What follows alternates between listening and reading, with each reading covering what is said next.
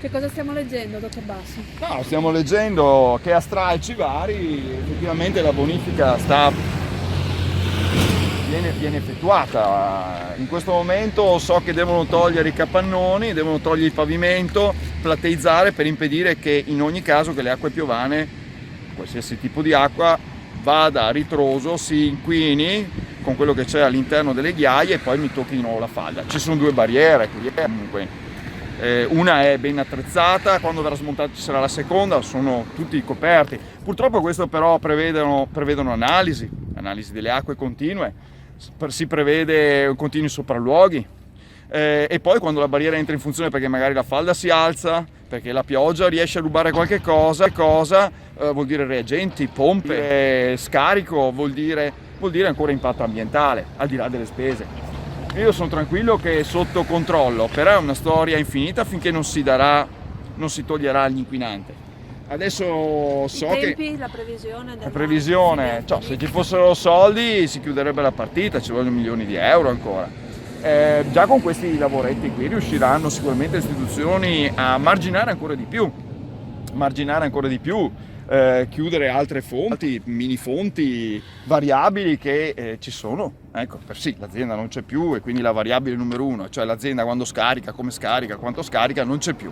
E questa era il problema che abbiamo attualmente in Miteni, bisognerebbe chiudere il rubinetto. Beh, Miteni abbiamo capito, attenzione, io ho capito che la Miteni, io so che la Miteni adesso fa molecole corte, io ho visto lo studio sui cadaveri, non so se l'avete visto, uno studio spagnolo.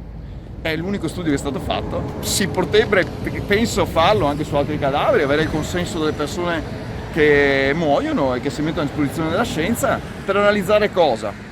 Quello studio dice, ok, le molecole lunghe vanno ad accumularsi in alcuni organi, ma le molecole corte vanno ad accumularsi in altri organi, polmoni, cervello, reni, cosa che le molecole corte non vanno. Stiamo parlando, come dice qualcuno, di tensioattivi. E qualcuno per difendersi dice sono tensioattivi, li trattiamo. Peccato che i tensioattivi ci sono saponi acidi e saponi basici. Ci sono saponi alla violetta e saponi invece che servono per sgrassare e togliere le vernici.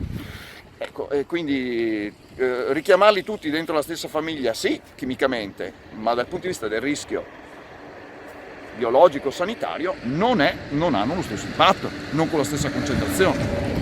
Ecco, quindi abbiamo visto che le molecole corte, almeno da quello studio, vorrei che qualcuno smentisse questo. E poi non ci sono studi a sufficienza per dire, visto che sono abbastanza nuove e recenti, che impatto hanno.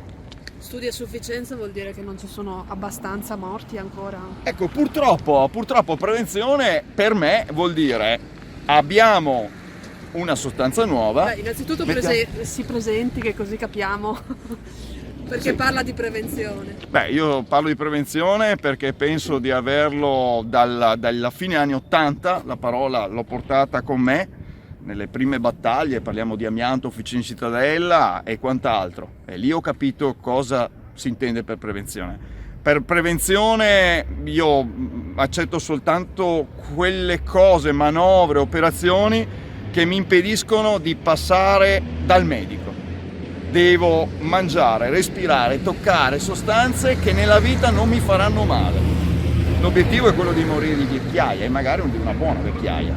Se io muoio perché contraggo un tumore o contraggo una malattia, che non è un tumore, ma se la malattia mi porta a infarti, ictus, signori miei, che differenza c'è? E magari vivendo anche male per anni, perché pastiglie, perché non posso fare uno sforzo, oppure non posso avere dei figli.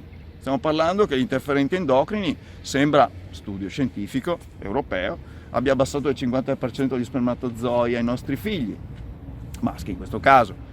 Questi sono interferenti. Se a voi non interessa, a me sì. Cioè, dovrebbe interessare a chiunque. È inutile che io faccia l'esame, abbiamo gli spermatozoi 50, cerchiamo di prendere medicine. Devo impedire di avere questo problema. Prevenzione non è faccio l'analisi per vedere se ho il tumore, quindi poi farò l'operazione, quindi terzo step. È impedire che mi arrivi il tumore, impedire che mi arrivi la malattia, nei limiti del possibile. Per cui ogni sostanza dovrebbe avere un limite. Un limite, se sono un operaio, quanto posso toccarla, quanto posso respirarla, quanto posso inglobarla. Un attimino che